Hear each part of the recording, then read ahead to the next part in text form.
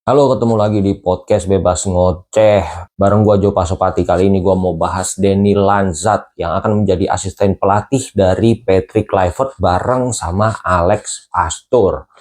Nah, orang yang belum kenal siapa Denny Lanzat ini, dia adalah mantan pemain sepak bola Belanda. Dia pernah main di timnas Belanda tahun 2006. Waktu itu membela Belanda di Piala Dunia. Denny Lanzat adalah keturunan dari Maluku. Waktu itu orang tuanya hijrah dari Maluku ke Belanda waktu umur 2 tahun. Karena ada peristiwa pemberontakan RMS di Maluku, kemudian orang tuanya hijrah. Waktu itu dari Kenil. Kenil adalah tentara bentukan Belanda. Dari situ orang tuanya menetap di Belanda sampai akhirnya lahir Denny Lanzat. Tapi yang jadi berita menarik di sini adalah ternyata Lanzat ini adalah salah satu pendukung dari RMS. Untuk yang belum tahu RMS itu apa, nih saya bacain biar nggak salah ya. Republik Maluku Selatan atau RMS adalah gerakan separatis yang ingin melepaskan wilayah Maluku dari Negara Kesatuan Republik Indonesia. Latar belakang RMS. RMS didalangi oleh Christian Robert Stephen Soumokil, mantan Jaksa Agung Negara Indonesia Timur. RMS menganggap Maluku memiliki kekuatan ekonomi, politik, dan geografis untuk berdiri sendiri. RMS muncul sebagai bentuk ketidakpuasan atas berdirinya NKRI. Dampak pemberontakan RMS ini adalah banyak korban jiwa dari kedua belah pihak. Terjadi migrasi pengungsi ke Belanda. Terjadi ketidakstabilan keamanan dan politik di wilayah Maluku. Tapi pemberontakan itu bisa diatasi pada tahun 1963, yaitu pemimpinnya si Soumokil tadi itu ditangkap dan kemudian dieksekusi mati.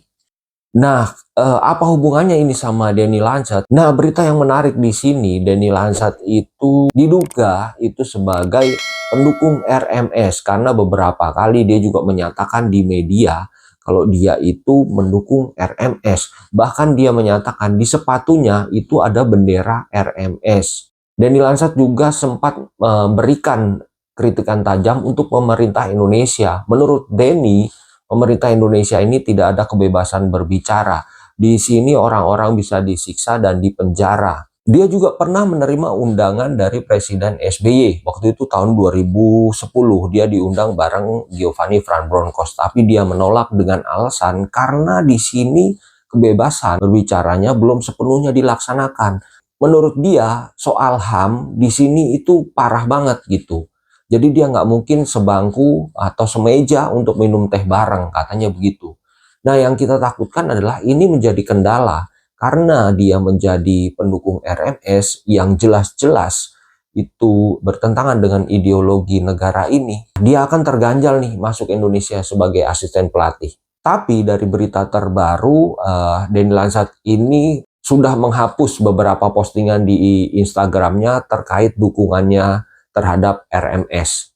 Ya semoga aja ini nggak dianggap terlalu serius ya, dan nggak menjadi kendala bergabungnya Denny Lanzat ini ke tim nasional untuk mengasisteni Kluivert dan menemani si Alex Pastoor.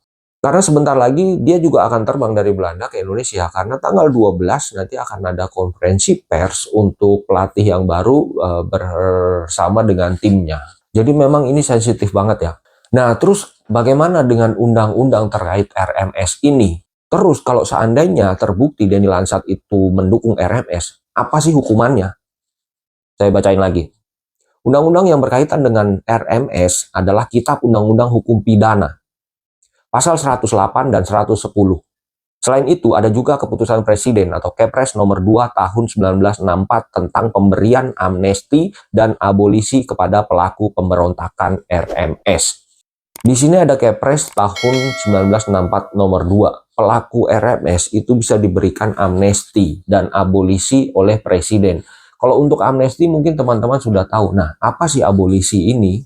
Yang dimaksud dengan abolisi adalah penghapusan proses hukum seseorang yang sedang berjalan atau baru akan berlangsung. Ini diberikan kepada terpidana perorangan.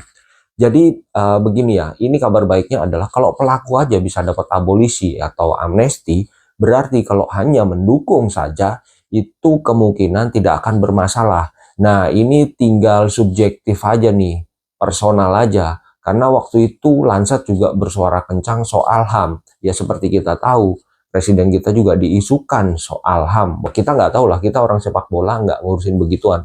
Tapi takutnya ini menjadi ganjalan. Oke, berikutnya kita masuk ke karirnya Lansat. Ternyata Lansat ini pernah melamar sebagai pemain Sriwijaya FC di tahun 2013.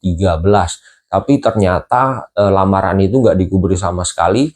Jadi sampai akhir musim di 2013, nama Lansat pun nggak muncul di Sriwijaya FC. Setelah gantung sepatu di usia 38 tahun, kemudian Denny Lansat melanjutkan karirnya di dunia pelatih.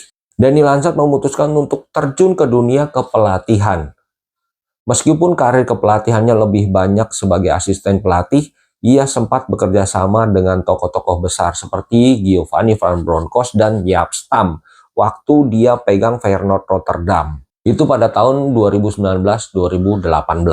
Untuk kolaborasi Lansat dan Pastoor ini juga sudah beberapa kali dilakukan. Contohnya ini, Alex Pastoor juga sebelumnya pernah bekerja sama dengan Lansat saat menjadi pelatih dan asisten pelatih sementara AZ Alkmaar pada tahun 2014.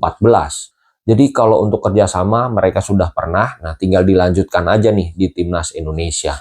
Kita doakan aja semuanya lancar, semuanya bersatu lagi, udah nggak ada lagi kubu pro STY atau anti STY, semuanya untuk kepentingan Timnas. Kita lihat dulu untuk tim kepelatihan yang baru ini seperti apa, mainnya bagaimana, perkembangannya bagaimana, tapi harus tetap kawal, harus tetap kritis. Kritik terus, kasih target tinggi, Piala Dunia adalah tujuan Timnas Indonesia.